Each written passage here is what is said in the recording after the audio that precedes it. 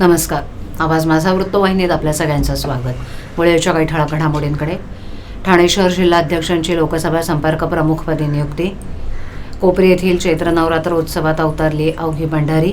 आणि कौसा भागातील पाणी टंचाईचं आमदार जितेंद्र आव्हाड यांनी केलं कारण स्पष्ट.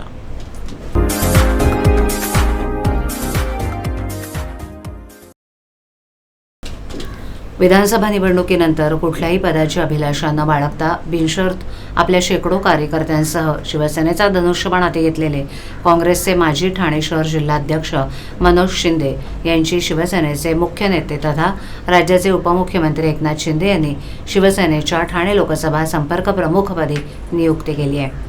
मनोज शिंदे यांचे त्रिवार अभिनंदन करून एकनाथ शिंदे यांनी हिंदू हृदय सम्राट शिवसेना प्रमुख बाळासाहेब ठाकरे यांचा हिंदुत्वाचा विचार आणि धर्मवीर आनंद दिघे यांची शिकवण याचा आपण सक्रियपणे प्रचार आणि प्रसार करण्यासाठी प्रोत्साहित केलं. डॅशिंग नेते मनोज शिंदे यांनी नुकताच शिवसेनेत प्रवेश केला होता. त्यानंतर बराच कालावधी उलटल्यानंतर उपमुख्यमंत्री एकनाथ शिंदे यांनी मनोज शिंदे यांच्या शिरावर मोठी जबाबदारी सोपवली आहे.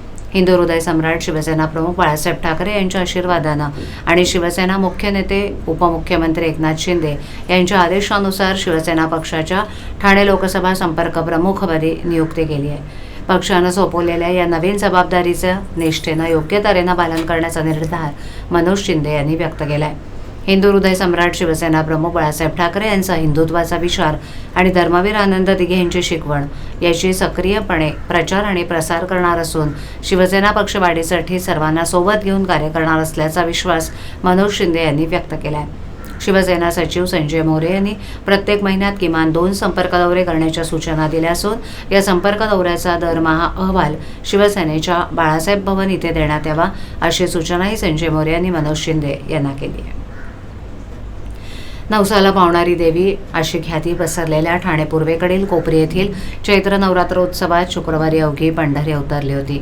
उपमुख्यमंत्री एकनाथ शिंदे यांच्या प्रेमाखातर खास देहू आळंदीतून 350हून अधिक कीर्तनकार आणि वारकरी मंडळी ठाण्यात आली होती. धर्मवीर आनंद दिघे प्रतिष्ठानच्या वतीनं उपस्थित तमाम वारकऱ्यांचं सन्मानपूर्वक आदरातिथ्य करण्यात आलं.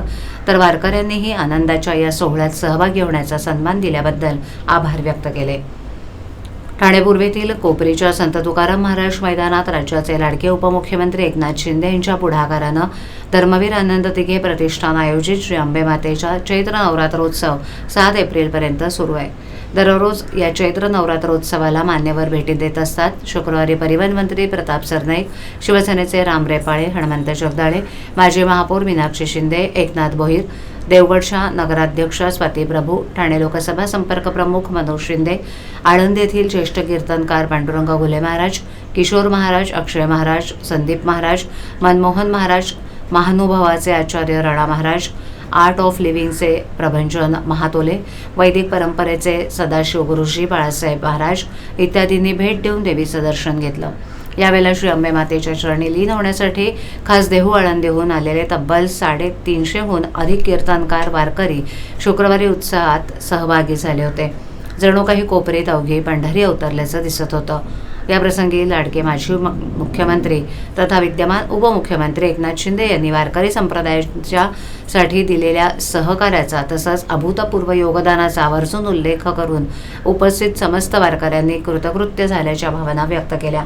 यावेळेला रंगमंचावर सादर केलेल्या मी डोलकर या मराठी गोळीगीताच्या सुमधुर मैफलीवर महिला वर्गानं फेर धरत कार्यक्रमाचा आनंद लुटला. कौसा भागात गेल्या अनेक दिवसांपासून कृत्रिम पाणी टंचाई निर्माण केली जाते. विविध प्राधिकरणांकडून अपुरा पाणी पुरवठा केला जात असल्याचं कारण पुढे करून ठाणे महापालिकेकडून मुंब्रा, कौसा, खर्डी भागात अपुरा पाणी पुरवठा केला जातोय असं सांगत राष्ट्रवादी पक्षाचे आमदार जितेंद्र आव्हाड यांनी या भागातील अपुऱ्या पाणी पुरवठ्यामागचं कारण सांगितलंय. ठाणे महापालिकेनं मुंब्रा दिवा भागात अनधिकृत नळ जोडण्या खंडित करण्याची कारवाई सुरू केली आहे. या कारवाईतून जी माहिती पुढे येते त्यावरून आता आमदार आव्हाड यांनी समाज माध्यमावर भाष्य केले. एका दिवसात एका भागातील 50 अनधिकृत नळजोडण्या, अनधिकृत पाण्याच्या टाक्या शोधल्या जात असतील तर हे मोजमाप करण्यास का टाळाटाळ केली जाते असा प्रश्न जितेंद्र आव्हाड यांनी ठाणे महापालिका आयुक्त सौरभ राव यांना विचारलाय. तसंच अधिकारी वर्गाला हाताशी धरून पाणी माफिया, टँकर माफिया यांनी पैशासाठी रचलेला हा डाव असल्याचा गंभीर आरोपही त्यांनी केलाय. कौसा भागात गेल्या अनेक दिवसांपासून कृत्रिम पाणी टंचाई निर्माण केली जाते. विविध प्राधिकरणांकडून अपुरा पाणी पुरवठा केला जात असल्याचं कारण पुढे करून ठाणे महापालिकेकडून मुंब्रा कौसा खर्डी भागात अपुरा पाणी पुरवठा केला जातोय. अनेक वेळेला सांगूनही होणाऱ्या पाणी पुरवठ्याचं मोजमाप करण्यासाठी मीटरही लावण्यात येत नाही. या भागात केल्या जाणाऱ्या पाण्याचं मोजमाप करण्यास अधिकारी का तयार होत नाहीत, हा यक्ष प्रश्न आहे. आपण सांगूनही अधिकारी या मोजमाप प्रक्रियेला वेळ लागेल असं अधिकारी सांगतायत, असं आव्हाड यांनी म्हटलंय. जर एका दिवसात एका भागातील 50 अनधिकृत नळ जोडण्या, अनधिकृत पाण्याच्या टाक्या शोधल्या जात असतील तर हे मोजमाप करण्यास का टाळाटाळ केली जाते? अधिकारी वर्गाला हाताशी धरून पाणी माफिया, टँकर माफिया यांनी पैशासाठी रचलेला हा डाव आहे असा आरोपही त्यांनी केलाय. आनंद चॅरिटेबल ट्रस्टच्या वतीनं आयोजित होत असलेल्या जांभळी नाका येथील श्री छत्रपती शिवाजी महाराज मैदान येथील चैत्र नवरात्रोत्सव 2025 भक्ती आणि कला महोत्सवाच्या 6व्या दिवशी भोंडला आणि मराठमोळा दांडिया किरण वेहले प्रस्तुत मराठी रसरंग हा कार्यक्रम संपन्न झाला. या चैत्र नवरात्रोत्सवाला रश्मिताई उद्धव ठाकरे, शिवसेना नेते संजय राऊत, आदेश बांदेकर, सुचित्रा बांदेकर, शिवसेना सचिव सूरज चव्हाण, शिवसेना उपनेते आणि युवासेना सरचिटणीस अमोल कीर्तीकर, एबीपी माझा वृत्तवाहिनीचे संपादक राजीव खांडेकर यांनी पत्नीसह देवीचं दर्शन घेऊन खणा नारळानं ओटी भरून देवीची आरती केली. या बोलण्यामध्ये अनेक महिलांनी नृत्य करून उत्तेजनार्थ पारितोषिकं मिळवली. तसंच रश्मी ठाकरे यांच्या हस्ते लकी ड्रॉची कुपन्स काढून विविध बक्षिसंही देण्यात आली. ठाण्यातील मोक्याच्या जागेवरील जुन्या इमारती विशिष्ट बिल्डरांच्या घशात घातल्या जात असून त्याचबरोबर सुस्थितीत इमारतींना अतिधोकादायक ठरवणारे काही स्ट्रक्चरल ऑडिटर आणि महापालिका काही अधिकाऱ्यांच्या संगनमतानं हा प्रकार सुरू आहे, असा गंभीर आरोप भाजपाचे माजी नगरसेवक नारायण पवार यांनी केलाय. सामाजिक कार्यकर्ते अंजली दमानिया यांनीही 2 दिवसापूर्वी अशाच प्रकारचा आरोप केला होता. त्यापाठोपाठ आता पवार यांनी केलेल्या आरोपांमुळे पालिकेचे संबंधित अधिकारी अडचणीत येण्याची चिन्ह निर्माण झाली आहेत. ठाणे महापालिकेनं स्ट्रक्चरल ऑडिटरची यादी करून ठाण्यातील रहिवाशांना यादीतील ऑडिटरकडून इमारतींचं स्ट्रक्चरल ऑडिट करण्याचं आवाहन केलं होतं. राज्य सरकारच्या नियमानुसार अतिधोकादायक इमारतींसाठी C1 इमारत रिकामी करून दुरुस्ती करण्यासाठी C2A इमारतीत राहून दुरुस्ती करण्यासाठी C2B, किरकोळ दुरुस्तीसाठी C3 अशी वर्गवारी करण्यात आली होती. परंतु पालिकेच्या निर्णयाचा सर्रासपणे गैरफायदा घेण्याचं काम काही विशिष्ट स्ट्रक्चरल ऑडिटर कंपनी आणि काही महापालिका अधिकाऱ्यांनी एकत्र येऊन केले. त्यानुसार शहरातील मोक्याच्या जागांवरील सुस्थितीतील इमारती बिनदिक्कतपणे धोकादायक ठरवल्या जात आहेत. C3, C2B, C2A श्रेणीतील इमारती C1 या अतिधोकादायक वर्गात टाकण्यासाठी काही बिल्डर आणि महापालिकेतील अधिकारी कार्यरत आहेत, असा आरोप पवार यांनी पालिका आयुक्त सौरभराव यांना पाठवलेल्या पत्रात केलाय.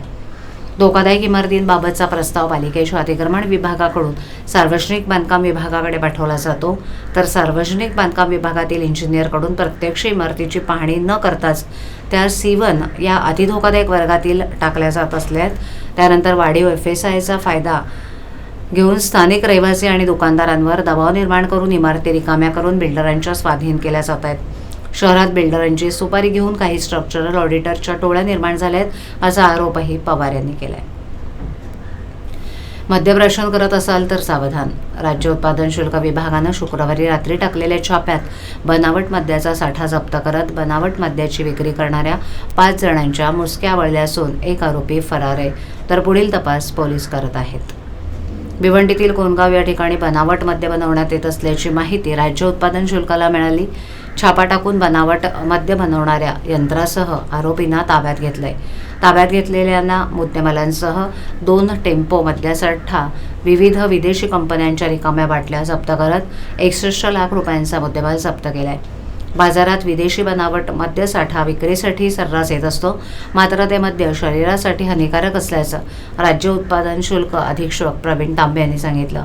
तसंच या बनावट मद्य विक्रीमुळे राज्याच्या महसुलावर देखील परिणाम होत असून या आरोपींवर कडक कारवाई करणार असल्याचं देखील राज्य उत्पादन शुल्क विभागाकडून सांगण्यात आलं. हा जवळपास ह्या पूर्ण गुन्ह्यामध्ये 61 लाखापेक्षा अधिक किमतीचा मुद्देमाल जप्त केला. तर डुप्लिकेट दारू बनवण्यासाठी अशा प्रकारचा परवाना नसून सुद्धा दारू विक्री होत आहे, आव्हान असेल आणि महसूल देखील बुडवला जातं, त्यामुळे नक्कीच त्यांच्यावरती त्याच्याकडे पुढे जाऊन अजून कारवाई होते. नक्कीच याच्यामध्ये अगदी मोठ्या प्रमाणावरती महसूल शासनाचा चुकून अशा प्रकारचं मद्य तयार केल्याचं निदर्शनास आलंय. यापूर्वी महाराष्ट्र राज्यामध्ये विक्रीसाठी प्रतिबंधित असणारी आणि गोवा किंवा दमण या ठिकाणी विक्रीसाठी असणारी मद्य आपल्या जिल्ह्यामध्ये किंवा महाराष्ट्रामध्ये आणण्याची आपण 2-3 महिन्यामध्ये मोठ्या प्रमाणावरती कारवाई केली. जवळपास 21,000 बल्क लिटरपेक्षाही जास्त आपण मद्य पकडले आणि अशाच प्रकारची कारवाई यापुढे सुरू राहील. आवाज माझावरील एखादी बातमी पाहिजे राहून गेली असल्यास यूट्यूबवर येथे तुम्ही पाहू शकता. तर मग नक्की सबस्क्राईब करा आवाज माझा. अशा ठळक घडामोडी शेवटी पुन्हा एकदा. ठाणे शहर जिल्हाध्यक्षांची लोकसभा संपर्क प्रमुखपदी नियुक्ती. कोपरी येथील चैत्र नवरात्र उत्सवात अवतरली अवघी पंढरी. आणि कौसा भागातील पाणी टंचाईचा आमदार जितेंद्र आव्हाड यांनी केलं कारण स्पष्ट. आपल्या विभागातील काही सूचना अथवा समस्या असल्यास ते आमच्यापर्यंत जरूर पोहोचवा.